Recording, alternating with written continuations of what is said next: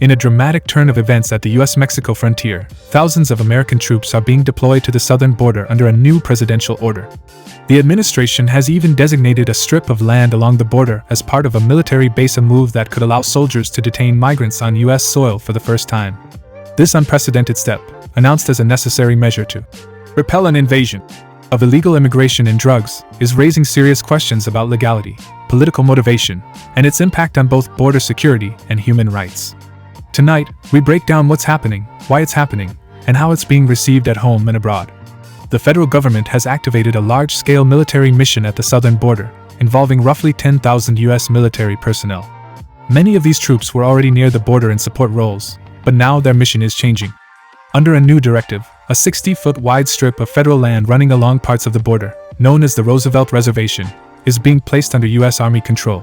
This corridor, which spans from California through Arizona to New Mexico, was originally established in 1907 by President Theodore Roosevelt as a buffer to curb smuggling. Its geographic significance is that it gives the federal government ownership of a continuous band of land right next to the international boundary, except in Texas and areas of tribal or private land. Under the new plan, that buffer zone is effectively becoming a military zone, an extension of Fort Huachuca, an army base in Arizona. In practical terms, this means anyone who crosses the border onto those lands will be trespassing on a U.S. military installation and can be apprehended by U.S. soldiers. Signs are being posted in English and Spanish along the desert, warning that trespassers will be detained. Troops on site, backed by military vehicles like armored Strykers, are now visibly patrolling these areas. The initial phase covers about 170 miles of border in New Mexico and Arizona, and officials say an additional 90 miles in Texas could be added in coming weeks. Texas poses a challenge because much of its borderland is privately owned, meaning the Roosevelt Reservation doesn't apply there. Scale of the deployment. This is one of the largest U.S. military mobilizations on domestic soil in recent memory purely for border enforcement. There are already about 7,100 active duty troops under federal command at the border, and 4,600 National Guard under state authorities. President Trump has authorized up to 10,000 active personnel to support this mission, and heavy equipment typically seen in overseas conflict zones, such as surveillance drones and even Navy aircraft, have been brought in to bolster defenses. On screen, viewers see footage of uniformed soldiers installing barbed wire barriers and monitoring sensor feeds, underscoring how militarized the border has become.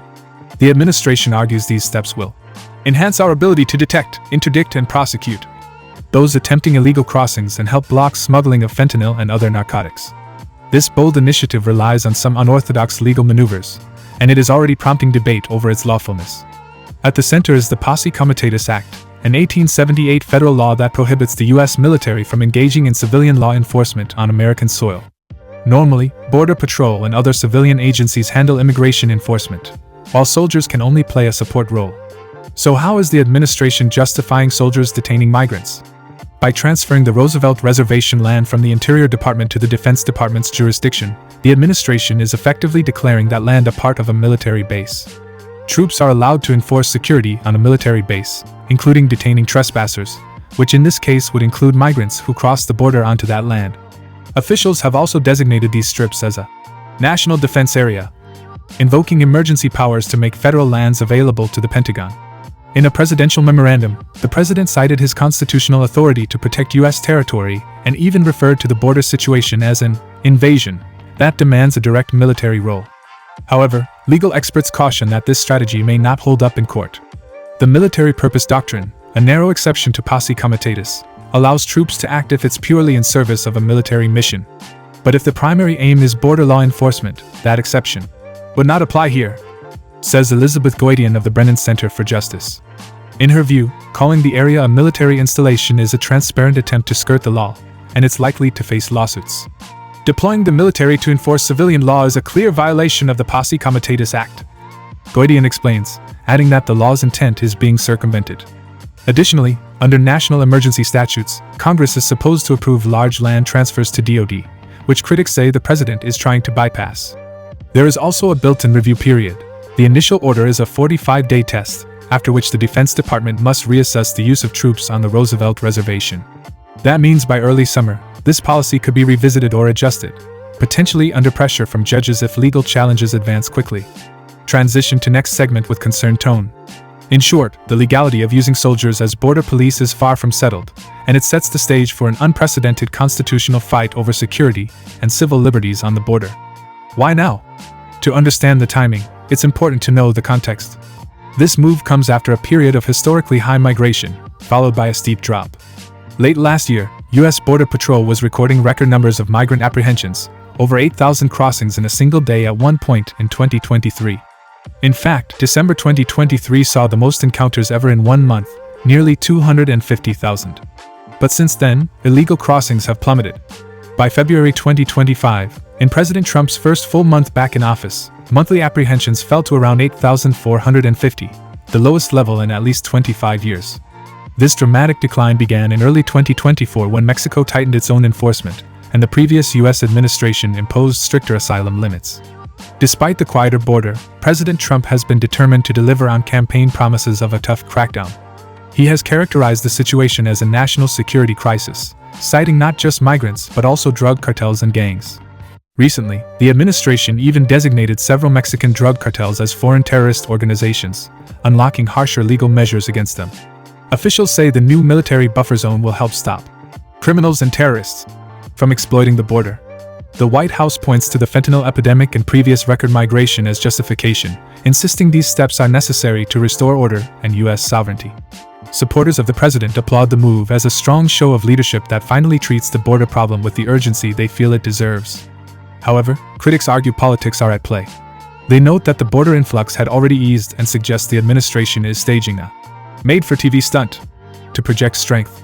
Deploying military assets to the border during a record time of low crossing numbers is misguided and wasteful, says U.S. Congressman Gabe Vasquez of New Mexico.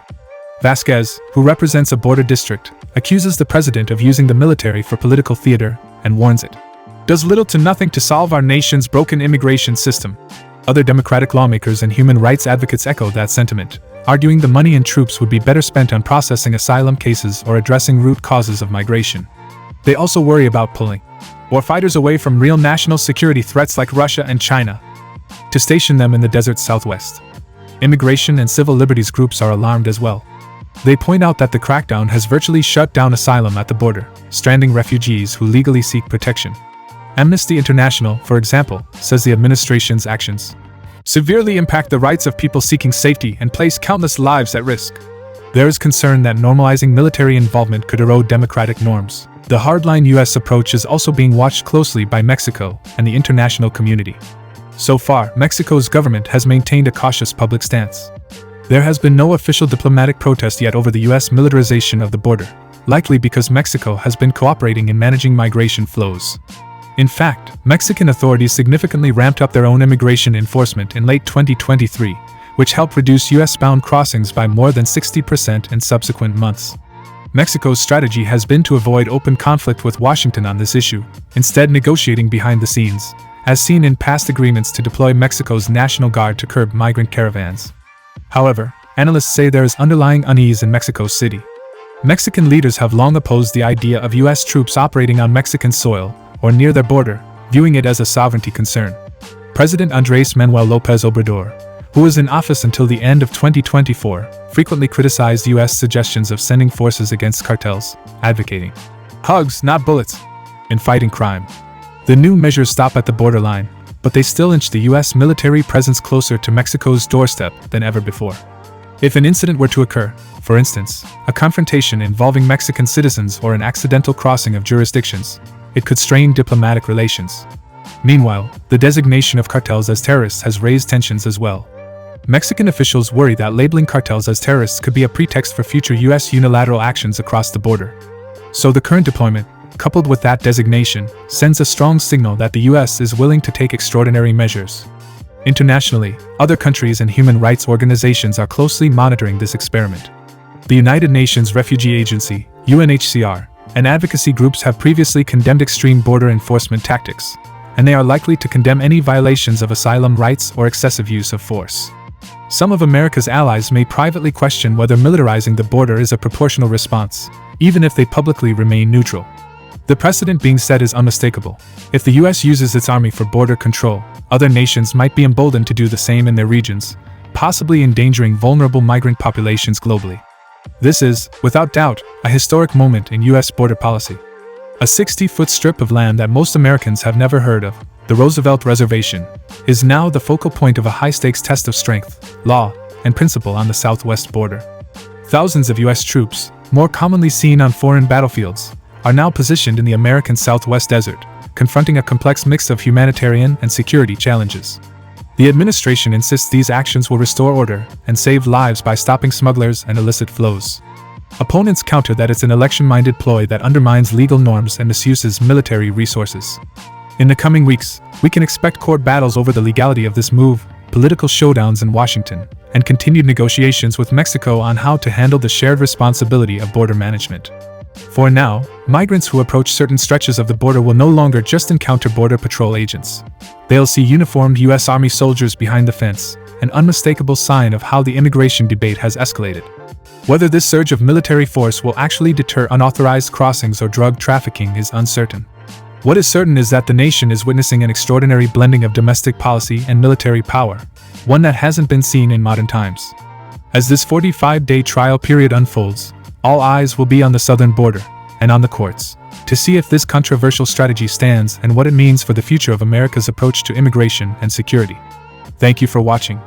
Stay tuned for updates on this developing story as we continue to follow the impacts and outcomes of the border military mission.